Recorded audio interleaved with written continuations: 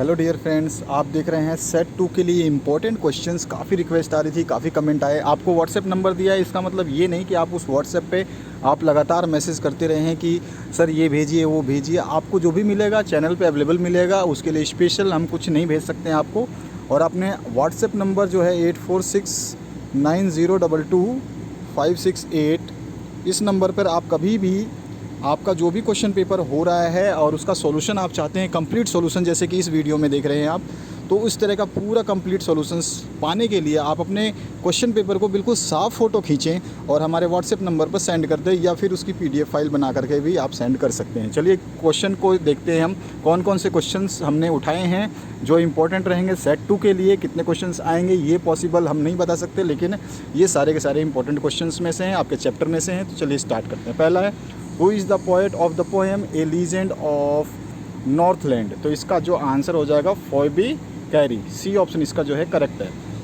Second question है, which religion did Abdul Kalam belong to. तो वो मुस्लिम रिलीजन थे, जैसे कि आप जानते होंगे, अगर नहीं जानते हैं तो बी ऑप्शन इसका करेक्ट है। आगे बढ़ते हैं नेक्स्ट थर्ड क्वेश्चन की तरफ। थर्ड क्वेश्चन है, who helped Kalam earn his first wages. यानी कि पहला जो तनख्वाह है उसको कमाने के लिए किसने मदद की थी। तो इसका आंसर हो जाएगा बी, शमसुद्दीन। ठीक है, बी ऑप्शन जो है इसका करेक्ट है। फोर्थ क्वेश्चन है, rhyme scheme of poem no man are foreign is. तो राइम स्कीम क्या है इसकी, तो राइम स्कीम नहीं है, तो डी ऑप्शन इसका करेक्ट होगा, नो राइम स्कीम। उसके बाद आते हैं फिफ्थ क्वेश्चन की तरफ। फिफ्थ क्वेश्चन भी आपका जो है इसमें लिखा गया है, व्हाट डिड द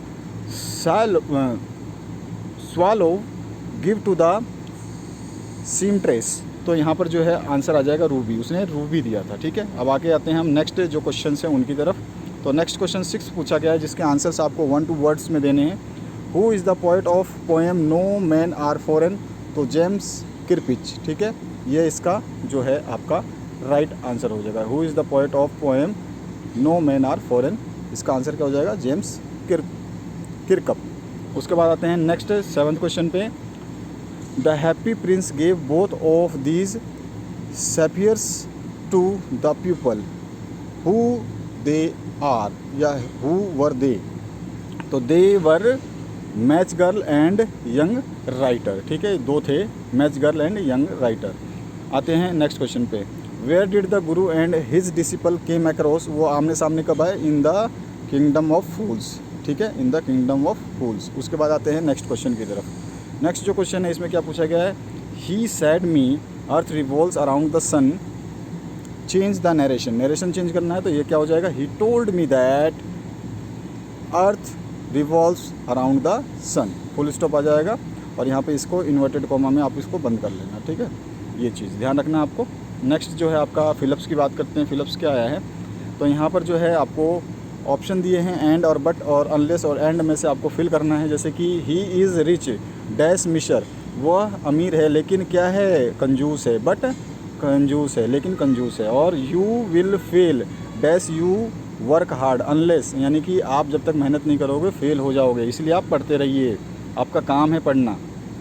ठीक है, इसके बाद आते हैं 11वें क्वेश्चन पे। 11वां जो क्वेश्चन है इसमें क्या पूछा है, what are the 2 strange things that the guru and disciple find in the kingdom of fools. तो यहाँ पर सभी के 2 स्ट्रेंज थिंग्स में पहले क्या हो जाएगी कि आपका जो है सबसे पहले जो kingdom was asleep during the day. ठीक है, यहाँ पे फुल स्टॉप नहीं है, asleep during the day and carry out their work in the night. Second था कि it was a measure of rice और bunch of banana, everything cost the same in the kingdom आयु 1 दिदू। यानी कि एक दूधू में ही आपको चाहे तो चावल ले लो 1 किलो, या फिर केले का गुच्छा ले लो, वो भी आपको एक दूधू मिलेगा। और दूसरा कि वहाँ के किंगडम के लोग जो हैं वो दिन में जो है सोते थे और रात में काम करते थे। 12वां क्वेश्चन जो है इसमें हम बात करें, how does Kalam shows that his father was a simple man. Kalam father was a simple man, simple self dependent या discipline man. He neither had formal education nor such wealth and he avoided all the inessential comforts and luxuries। इस तरह से उसने बताया कि उसके father जो है वो सिंपल मैन है। उसके बाद 13वां क्वेश्चन जो है, write a short summary of the chapter in the kingdom of fools. तो इसका आपको जो है फुल समरी कंप्लीट करनी है। तो इस तरह से आपको समरी लिखनी है। मैंने अपनी मर्ज़ी से लिख दिया है। This is a interesting story of kingdom of fool. The king and his minister did not have any brains once they ordered that night should be considered as day and vice versa, यानी कि दिन को रात, रात को दिन समझेंगे, इस तरह से। तो ये हमको अपने लैंग्वेज में अपने हिसाब से बना के लिखना था। तो मैंने यहाँ पे आपको कंप्लीट इसका सोल्यूशन दिया है। आप इसको स्क्रीनशॉट ले सकते हैं और आराम से वीडियो को पॉज करके पढ़ लेंगे। इसके बारे में आपको समरी लिखनी है किंगडम ऑफ फूल्स को इन ओन वर्ड्स, तो आप इस तरह से लिख सकते हैं। इसका जो और पार्ट है उसको भी बता दूंगा मैं। इसमें एक और पार्ट जो क्वेश्चन लिया गया है उसको मैं इंपॉर्टेंट क्वेश्चन में शामिल किया हमने। तो यहाँ पर जो है वो और पार्ट है।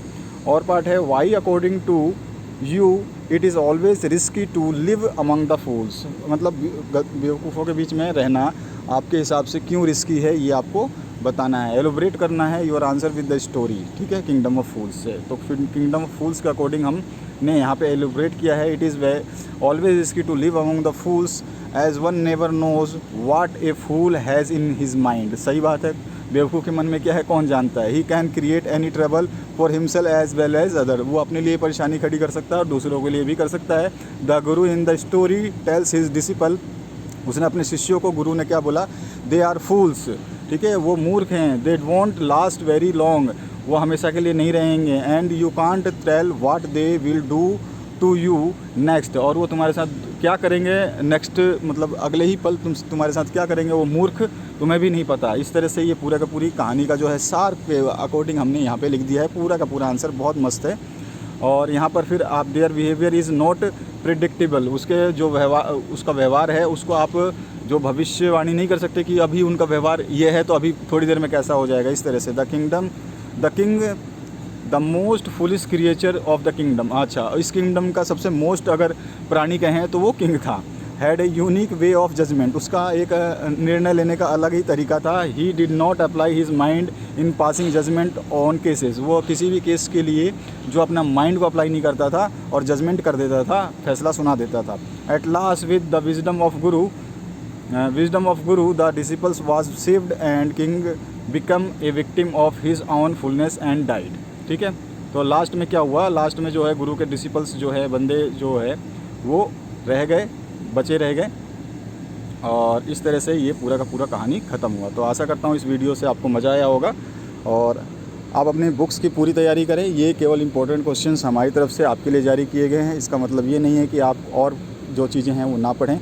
और जैसे जैसे आपके एग्ज़ाम करीब आते जाएंगे वैसे वैसे हम आपके पूरे क्वेश्चंस के आंसर्स और सॉल्यूशंस बनाते रहेंगे। अपना जो क्वेश्चन पेपर है आप हमें व्हाट्सएप कर सकते हैं, व्हाट्सएप नंबर 8469022568 पर। Have a good day and best of luck for your examinations.